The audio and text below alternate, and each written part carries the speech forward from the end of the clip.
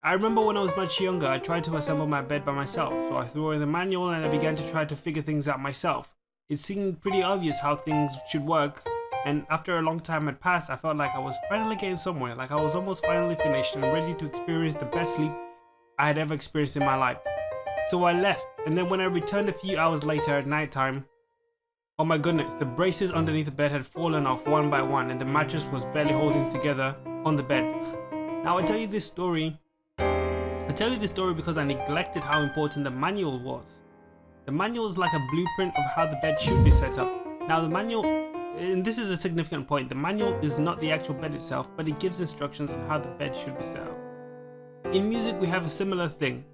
We have a set of distances that work like manuals. They tell us how to build chords. They tell us, for example, any major chord is made of the following distances. You have a root, a major third, and a fifth. That's the manual for a major chord. It's the blueprint. Now, just like you can set your bed up anywhere in your house, for example, your bedroom or the living room or the kitchen, if you have enough space, but you will always get a bed if you follow the manual, regardless where you start, right? Which room you're in. Now, if you follow the instructions for setting up a chord, follow the blueprint, you have a root, a major third, and then a fifth, you will always get a major chord regardless of what note you begin on. If you follow the blueprint but you start on F, you get an F major chord. If you follow the blueprint but you start on C, you get a C major chord. Now don't worry, you don't really have to know what a major third is at the moment or a major fifth.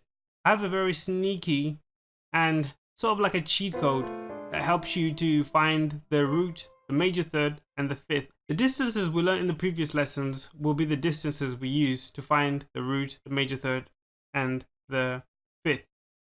Once you master this blueprint, you'll be able to build any major chord on the piano. I want you to learn this very important blueprint. You pick a note that becomes your root. Then you add a whole step. Then you add another whole step. Then you add a half step. And then you add a whole step. This is the blueprint of whole steps and half steps that allows you to build any major chord on the piano. So it doesn't matter what note you pick, it could be an F sharp or an obscure note like a B flat. Or it can be a white note like C or G, it doesn't matter. If you follow the blueprint, you will always get a major chord. For instance, I'll pick a C, that's my root note. Then I'll add a whole step, which is D. And from D I'll add another whole step, which is E. And from E I'll add a half step, which is F. From F I'll add a whole step, which is G. So C was my root, I added a whole step, then I added a whole step, then a half step and a whole step. That's the blueprint. So see, I started on C this time.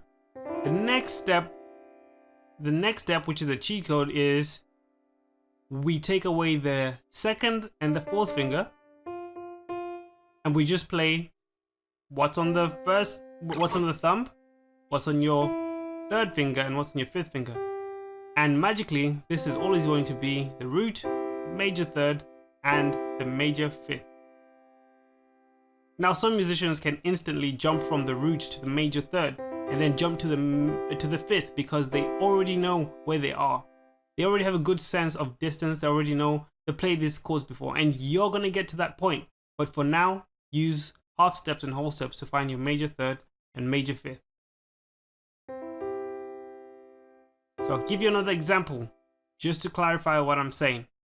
This time I want to build a G chord. See, I'm looking at some music. I've looked up some chords for a song I want to play, and on the chords, it says your first chord is a G. All right. Now I already have a good idea what the melody goes like, but I know the first chord is a G. So how do I find a G? Well, G is my root, right? So then I add a whole step, which lands me where? On A. And then I add another whole step, which lands me where? On B. And then what do I add next? If you said half step, then you'd be absolutely correct, which lands me on C, and then a whole step lands me on D. And if I play the root, the third, and the fifth, I get G, B, D. And that's a major chord, but it's a G major chord. I want to do one more, and I'll pick an obscure note like A flat. Or if you like, you can call it G sharp, same thing.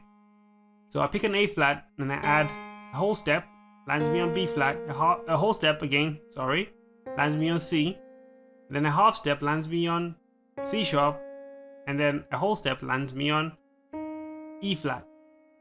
Now if I take away the second and the fourth finger, and then I play the root, the third, and the fifth, I get an A flat major chord. It's that simple. Major chords should not give you a problem from this point forward.